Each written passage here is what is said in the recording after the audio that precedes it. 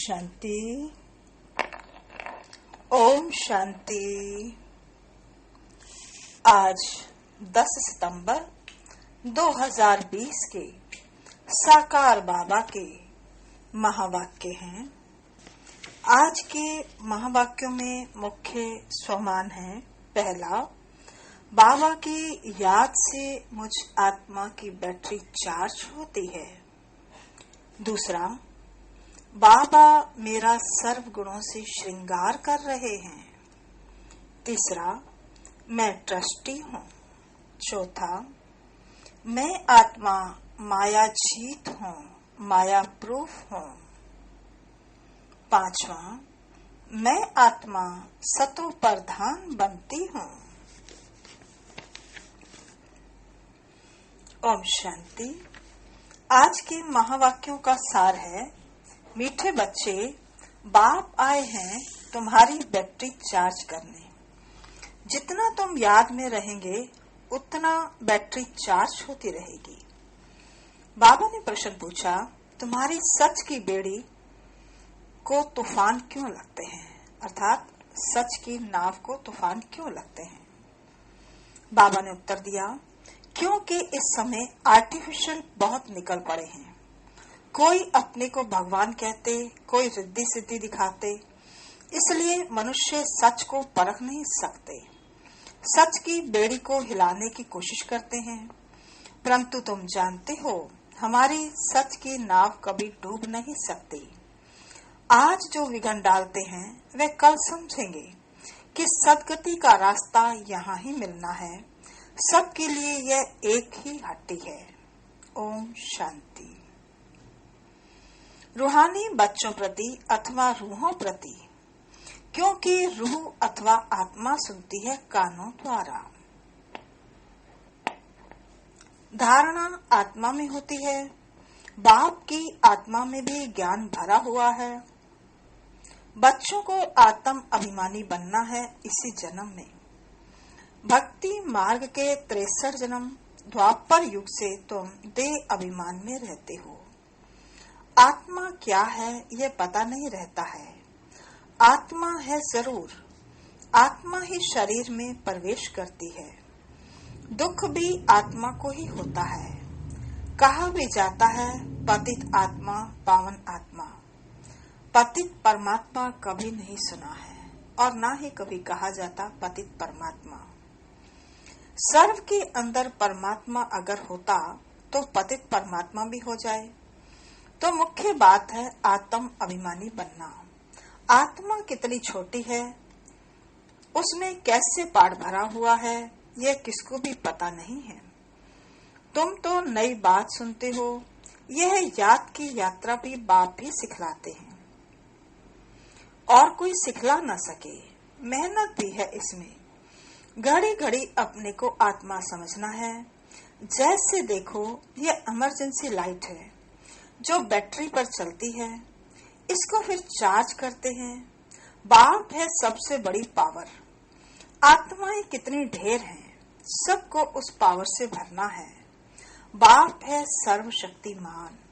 हम आत्माओं का उनसे योग नहीं होगा तो बैटरी चार्ज कैसे हो।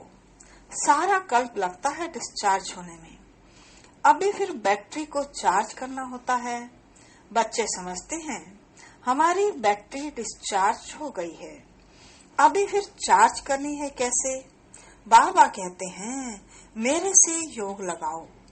ये तो बहुत सहज समझने की बात है।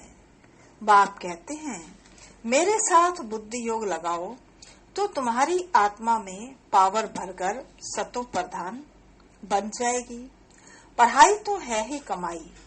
याद से तुम पावन बनते हो। आयु बड़ी होती है, बैटरी चार्ज होती है। हर एक को देखना है कितना बाप को याद करते हैं। बाप को भूल जाने से बैटरी डिस्चार्ज होती है। कोई का भी सच्चा कनेक्शन नहीं है। सच्चा कनेक्शन है ही तुम बच्चों का। बाप को याद करने बिगर ज्योति जगेगी कैसे। ज्ञान भी सिर्फ एक बाप ही देते हैं।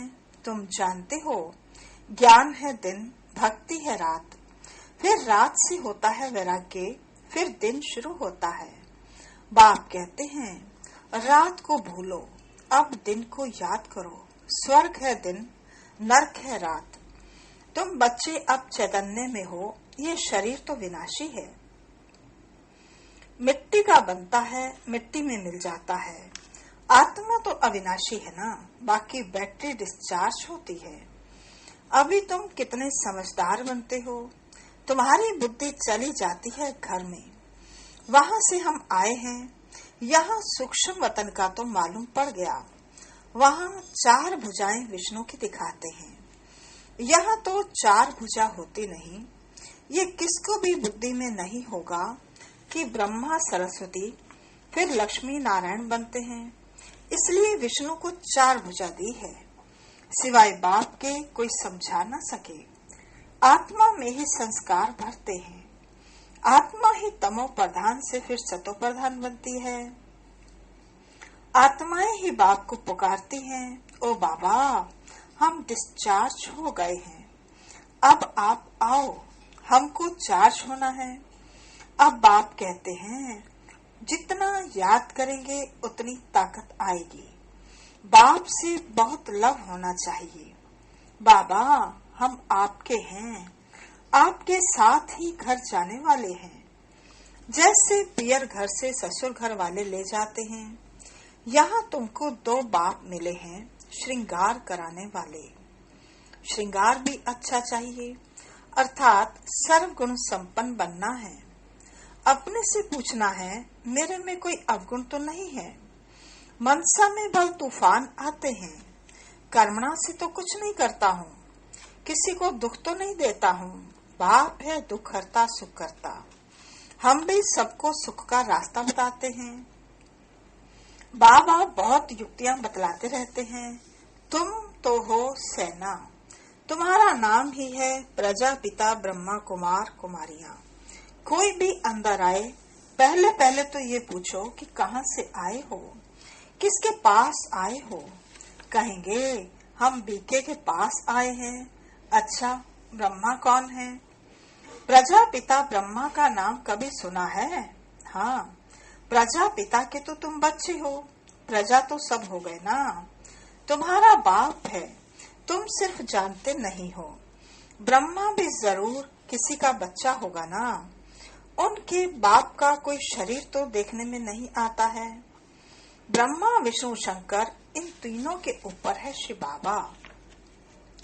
त्रिमूर्ति शिव कहा जाता है तीनों का रचयिता। ऊपर में एक शिव बाबा, फिर है 3। जैसे सिजरा होता है ना। ब्रह्मा का बाप जरूर भगवान ही होगा, वह है आत्माओं का पिता। अच्छा फिर ब्रह्मा कहाँ से आया? बाप कहते हैं मैं इनमें प्रवेश कर इनका नाम रखता हूँ ब्रह्मा। तुम बच्चों के नाम रखे तो इनका भी नाम रखा ब्रह्मा। कहते हैं ये मेरा दिव्य अलौकिक जन्म है। तुम बच्चों को तो अडॉप्ट करता हूँ, बाकी इनमें प्रवेश करता हूँ, फिर तुमको सुनाता हूँ। इसलिए यह हो गए बाप दादा। जिसमें प्रवेश किया उनकी आत्मा तो है ना, उनके बाजू में आकर बैठता हूँ। 2 आत्माओं का पाठ तो यहाँ बहुत चलता है। आत्मा को बुलाते हैं तो आत्मा कहाँ आकर बैठेगी? जरूर ब्राह्मण के बाजू में आकर बैठेगी ना। यह भी 2 आत्माएं हैं, बाप और दादा। इनके लिए बाप कहते हैं अपने जन्मों को नहीं जानते हो। तुमको भी कहते हैं तुम भी अपने जन्मों को नहीं जानते थे। अब स्मृति आई है।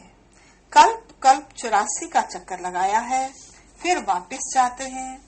यह है संगम युग। अब ट्रांसफर होते हैं। योग से तुम सतो प्रधान बन जाएंगे, बैटरी चार्ज हो जाएगी। फिर सतयुग में आ जाएंगे। बुद्धि में सारा चक्र फिरता रहता है। डिटेल में तो जा नहीं सकेंगे। झाड़ की भी आयु होती है, फिर सूख जाता है।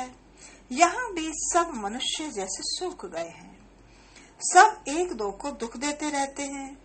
अभी सबका शरीर खलास हो जाएगा, बाकी आत्माएं चली जाएंगी। यह ज्ञान बाप के सिवाय कोई दे ना सके। बाप ही विश्व की बादशाही देते हैं। उनको कितना याद करना चाहिए। याद में ना रहने से माया का थप्पड़ लग जाता है। सबसे कड़ा थप्पड़ है विकार का। युद्ध के मैदान में तुम ब्राह्मण ही हो ना, तो तुमको ही तूफान आएंगे। परंतु कोई विक्रम नहीं करना है। विक्रम किया तो हार खाई। बाबा से पूछते हैं, ये करना पड़ता है। बच्चे तंग करते हैं तो गुस्सा आ जाता है। बच्चों को अच्छी रीति संभालेंगे नहीं तो खराब हो जाएंगे। कोशिश करके थप्पड़ नहीं लगाओ। कृष्ण के लिए भी दिखाते हैं ना, ओखली से बांधा, रस्सी से बांधो, खाना ना दो। रो रो कर आखिर कहेंगे, अच्छा अब नहीं करेंगे। बच्चा है फिर भी करेगा, शिक्षा देनी है। बाबा भी बच्चों को शिक्षा देते हैं, बच्चे कभी विकार में मत जाना, कुल कलंकित नहीं बनना। लौकिक में भी कोई कपूत बच्चा होता है तो माँ बाप कहते हैं ना, ये क्या काला मुंह करते हो, कुल को कलंक लगाते हो। हार जीत, जीत हार होते होते आखिरी जीत हो जाएगी। सच की बेड़ी है अर्थात नाव है। तूफान बहुत आएंगे क्योंकि आर्टिफिशियल बहुत निकल पड़े हैं। कोई अपने को भगवान कहते, कोई क्या कहते हैं। रिद्धि सिद्धि भी बहुत दिखाते हैं, साक्षात्कार भी कराते हैं। बाप आते ही हैं सर्व की सदगति करने। फिर ना तो ये जंगल रहेगा ना जंगल में रहने वाले। अभी तुम हो संगम युग पर, जानते हो कि अब पुरानी दुनिया कब्रिस्तान हुई पड़ी है। कोई मरने वाले से दिल थोड़े ही लगाते हैं। यह दुनिया तो गई की गई, विनाश हुआ कि हुआ। बाप आते ही तब हैं जब नई दुनिया पुरानी होती है। बाप को अच्छी रीति याद करेंगे तो बैटरी चार्ज होगी। बलवाणी तो बहुत अच्छी अच्छी चलाते हैं, परंतु याद का जौहर नहीं तो वह ताकत नहीं रहती है। जौहरदार तलवार नहीं। बाप कहते हैं ये कोई नई बात नहीं है। 5000 वर्ष पहले भी आए थे। बाप पूछते हैं आगे कब मिले हो, तो कहते हैं कल पहले मिले थे। कोई फिर कह देते ड्रामा आप पे ही पुरुषार्थ कराएगा। अच्छा, अब ड्रामा पुरुषार्थ करा रहा है ना, तो करो। एक जगह बैठ तो नहीं जाना है। जिन्होंने कल पहले पुरुषार्थ किया है वह करेंगे। अभी तक जो आए नहीं हैं वह आने हैं। जो चलते चलते भाग गए शादी आदि जाकर की, उनका भी ड्रामा में पाठ होगा तो आकर फिर पुरुषार्थ करेंगे। जाएंगे कहाँ? बाप के पास ही सबको पूंछ लटकाना पड़ेगा। लिखा हुआ है भीष्म पितामह आदि भी अंत में आते हैं। अभी तो कितना घमंड है, फिर वह घमंड उन्हों का पूरा हो जाएगा। तुम भी हर 5000 वर्ष के बाद पाठ बजाते हो, रजाई लेते हो, कमाते हो। दिन प्रतिदिन सेंटर्स बढ़ते जाते हैं। भारतवासी जो खास देवी देवताओं के पुजारी हैं, उनको समझाता हूँ। उनको समझाना है सतयुग में देवी देवता धर्म था तो उनकी पूजा करते हैं। क्रिश्चियन लोग क्राइस्ट की महिमा करते, हम आदि सनातन देवी देवता धर्म की महिमा करते हैं। वह किसने स्थापन किया? वो लोग समझते हैं कृष्ण ने स्थापन किया, तब उनकी पूजा करते रहते। तुम्हारे में भी नंबरवार हैं। कोई कितनी मेहनत करते हैं, कोई कितनी दिखाते हैं ना। गोवर्धन पर्वत को उंगली पर उठा लिया। अभी यह पुरानी दुनिया है, सब चीजों से ताकत निकल गई है। सोना भी खानियों से नहीं निकलता है। स्वर्ग में तो सोने के महल बनते हैं। अभी तो गवर्नमेंट तंग हो जाती है क्योंकि कर्जा देना पड़ता है। वहाँ तो अथाह धन है। दीवारों में भी हीरे जवाहरात लगे रहते हैं। हीरों की जड़त का शौक रहता है। वहाँ धन की कमी है नहीं। कारून का खजाना रहता है। अल्लाह अवल दीन का एक खेल दिखाते हैं। ठका करने से महल निकल आते हैं। यहाँ भी दिव्य दृष्टि मिलने से स्वर्ग में चले जाते हैं। वहाँ प्रिंस प्रिंसेस के पास मुरली आदि सब चीजें हीरों की रहती हैं। यहाँ तो कोई ऐसी चीज पहनकर बैठे तो लूट कर ही ले जाए, छुरा मार कर भी ले जाएंगे। वहाँ ये बातें होती नहीं। ये दुनिया ही बड़ी गंदी है।